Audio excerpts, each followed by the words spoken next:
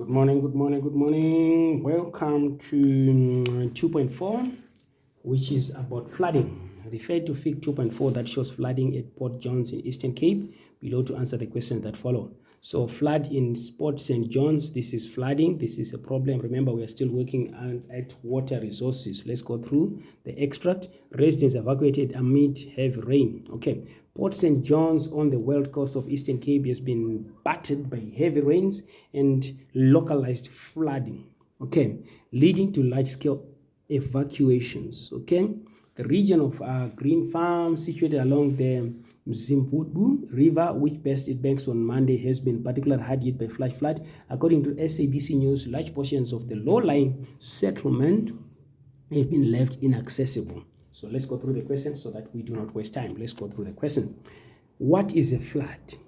So we have to know what is a flood. It is an overflow of water on the earth's surface.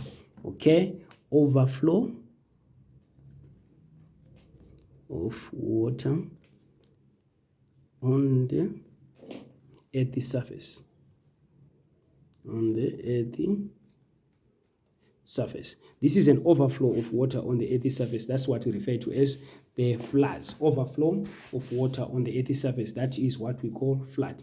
Name the type of flood that affected Port St. John's. Where is it located? It's at the coast. So that's a coastal flood. Okay. That's a coastal flood. Okay. That's a coastal flood. Okay. On the wild coast of Eastern Cape, that's a coastal flood. Okay. Explain why large portions of low-lying rural settlements were left inaccessible, no areas, go areas. Why were they left inaccessible? It was immersed in water. It was immersed in water. That's why they were inaccessible. And also people in cars would drown in water. So it was immersed in water. I think that's the most important thing. Describe the causes of floods, such as the one shown in the article. What are the causes of floods? It's just the one shown in the article. That is 2.4.4. The heavy rains for many days. We are talking about heavy rain. Okay. Heavy rains. Okay, for many days, obviously. We are talking about the gentle slopes on the coastal plain.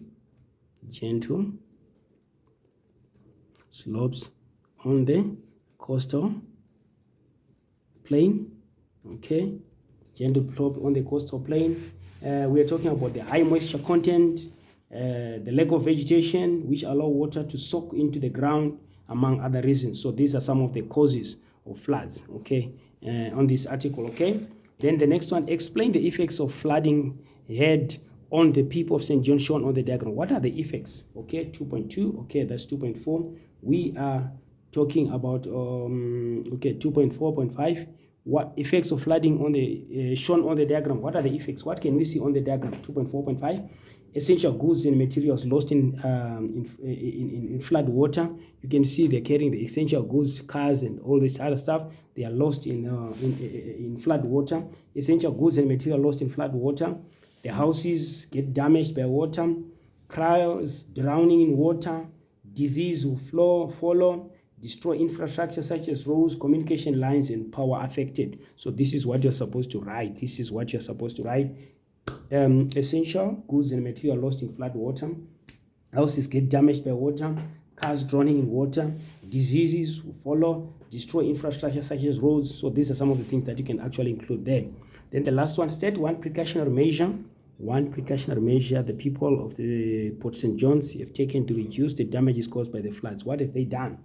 They've built houses on higher ground. That's what they've done. They improve stormwater drainages, build houses on higher ground. They've also improved stormwater drainages and report floods immediately to the authorities and build stronger houses. So this is actually what they can do. So this is the question about coastal floods in Port St. John's. So please make sure you go through the video. You can like, you can repost. Please do not forget to subscribe as well so that I can continue giving you the best content, so that I can help you to have a better understanding of the subject. Thank you so much. And I wish you pass, you do well in your exams, which is the main objective of my page, to simplify the subject, to make sure that you guys perform better, to make sure that you pass and you also become passionate about the subject.